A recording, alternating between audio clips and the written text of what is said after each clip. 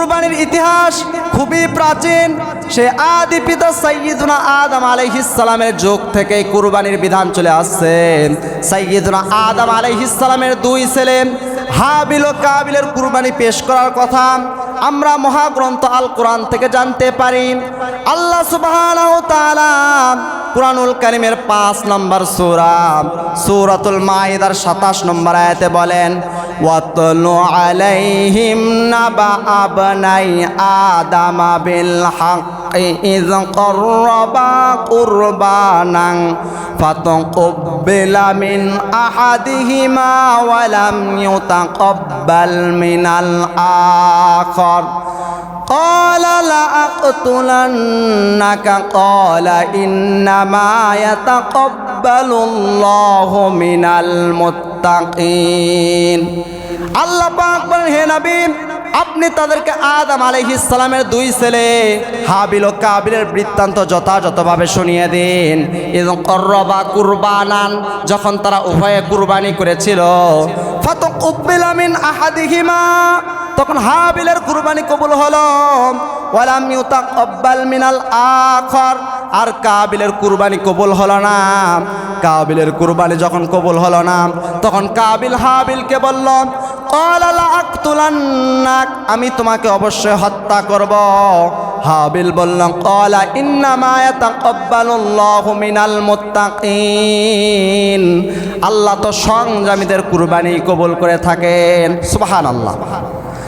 মূল ঘটনা হলো, যখন সাইয়্যিদুনা আদম ও হাওয়া আলাইহিমাস সালাম পৃথিবীতে আগমন করেন এবং তাদের সন্তান প্রজনন ও বংশ বিস্তার আরম্ভ হয়, তখন সাইয়্যিদুনা হাওয়া আলাইহিস সালামের প্রতি গর্ভ থেকে জোড়া জোড়া যমজ, অর্থাৎ একসাথে একটি ছেলে ও একটি মেয়ে, এরূপ যমজ সন্তান জন্মগ্রহণ করত কেবল সাইয়্যিদুনা শীস আলাইহিস সালাম ব্যতিরেকে, কারণ তিনি একা ভূমিষ্ঠ হয়েছিলেন।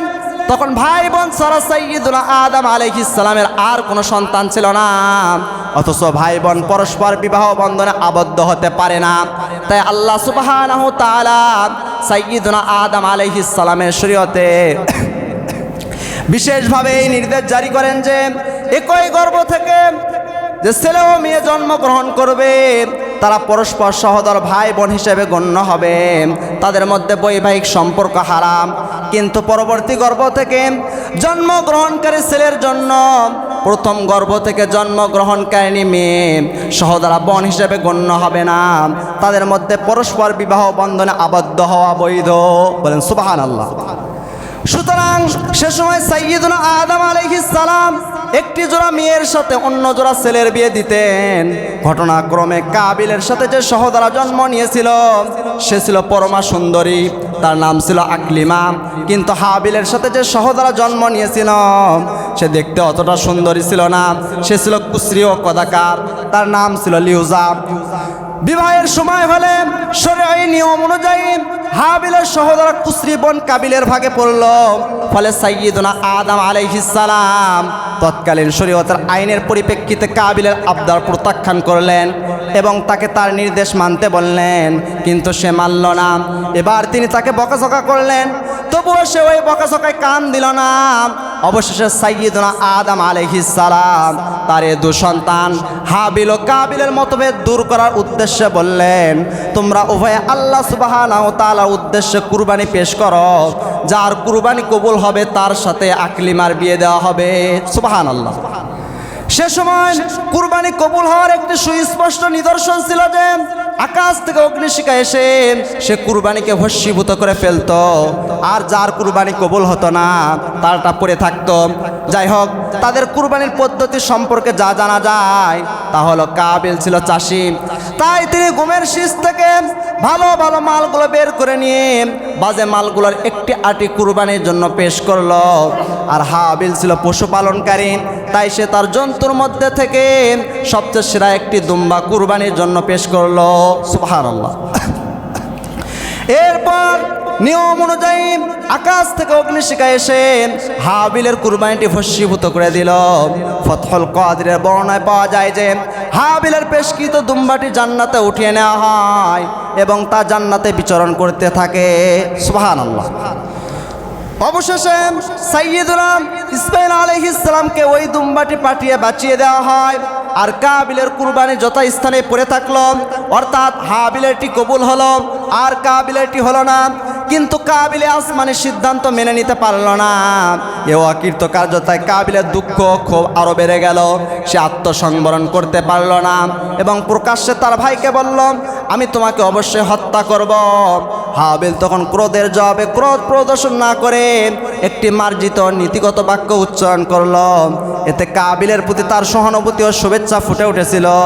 হাবিল বলেছিল তিনি মুত্তাকির কর্মই গ্রহণ করেন, সুতরাং তুমি তাকওয়ার কর্মই গ্রহণ করো। তুমি তাকওয়া অবলম্বন করলে তোমার কুরবানিও কবুল হতো, তুমি তা করনি, তাই তোমার কুরবানি রিজেক্ট হয়েছে, প্রত্যাখ্যাত হয়েছে। এতে আমার দোষ কোথায়? তবু এক পর্যায়ে কাবিল হাবিলকে হত্যা করে ফেলল। জোরে বলেন নাউজুবিল্লাহ।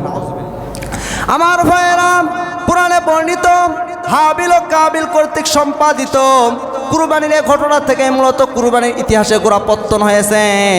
এ ঘটনায় আমরা দেখতে পেলাম যে কুরবানিদাতা হাবিল, যিনি মনের ঐকান্তিক আগ্রহ সহকারে আল্লাহ সুবহানাহু ওয়া তাআলার নৈকট্য সন্তুষ্টি লাভের জন্য একটি সুন্দর দুম্বা কুরবানি হিসেবে পেশ করেন, ফলে তার কুরবানি কবুল হয়। সুবহানাল্লাহ।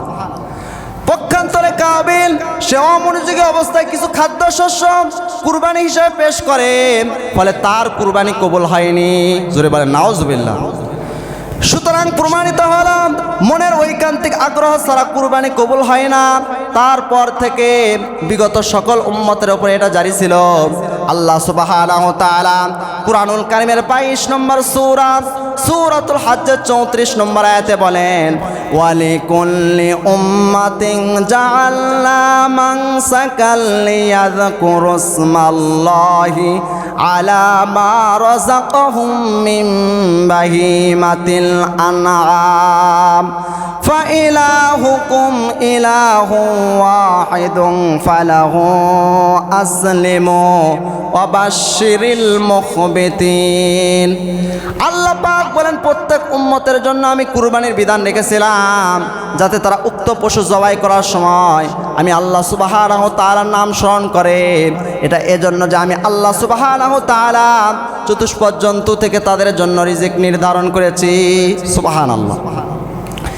এই আয়াতের ব্যাখ্যায় আল্লামা নাফাসি ও জামাখশরী বলেন, সাইয়্যিদুনা আদম আলাইহিস সালাম থেকে সাইয়্যিদুনা মুহাম্মদ সাল্লাল্লাহু আলাইহি ওয়াসাল্লাম পর্যন্ত প্রত্যেক জাতিকে রব্বুল আলামিন তার নৈকট্য লাভের জন্য কুরবানির বিধান দিয়েছেন। সুবহানাল্লাহ।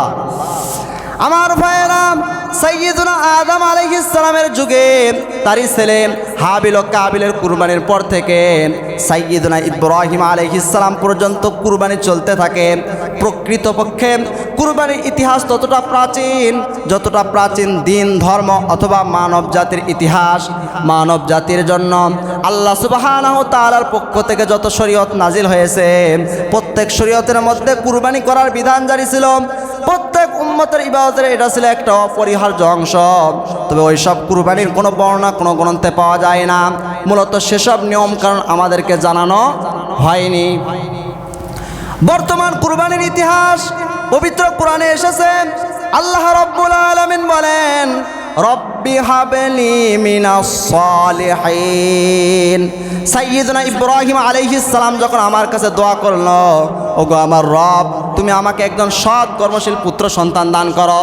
আল্লাহ পাক বলেন, আমি আমার নবী ইব্রাহিমের দোয়া কবুল করলাম।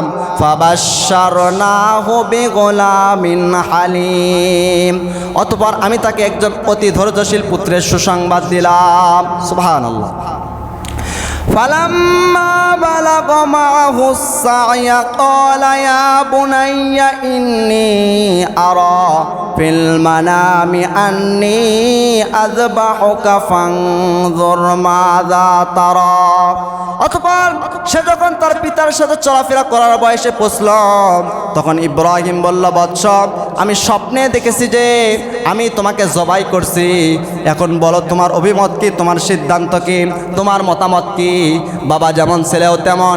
কারণ সাইয়্যিদুনা ইসমাইল আলাইহিস সালাম জানতেন তার বাবা তো নবী, আর নবীদের স্বপ্ন তো স্বপ্ন নয়, নবীদের স্বপ্ন হচ্ছে ওহী। এই জন্য সাইয়্যিদুনা ইসমাইল আলাইহিস সালাম বললেন, ক্বালা ইয়া আবাতি ফাআল মা তুমার, হে আমার বাবা, আপনাকে যা আদেশ করা হয়েছে আপনি তাই করুন। সাতাজিদুনি ইনশাআল্লাহু